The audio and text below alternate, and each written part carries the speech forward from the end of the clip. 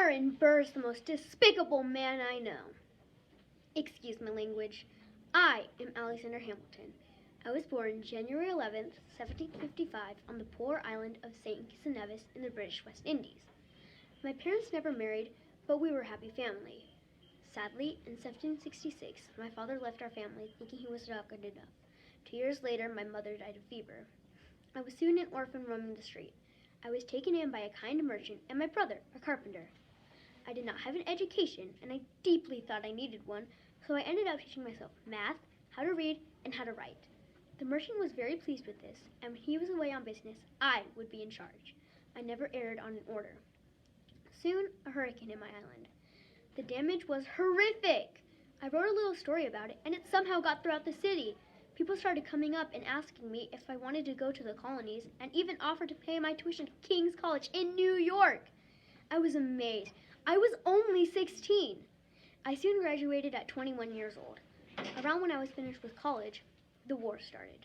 I joined the Continental Army, and soon was George Washington's right-hand man. After America won this terrible war, George Washington appointed me to be the first treasurer of the United States of America. After I became treasurer, I married the love of my life, Elizabeth Schroyer. Her and I had 7 wonderful children and adopted one more. After my marriage, I created the first bank in the USA. Aaron Burr soon ran for president and lost. I called him undereducated and a scoundrel. Pardon my language again. I mean, would you like a man that failed his country and is hated by our own president to be your president? After he heard this, he challenged me to a duel. I had been in a duel multiple times before, either as a second or an oarsman, but this one was serious. I soon became very nervous once I realized that the place that we were dueling at was the exact place that my son had been killed 3 years prior to this event. I said my goodbyes throughout letter as my wife was sick and worried. As she was sick with yellow fever, I did not wish to disturb her.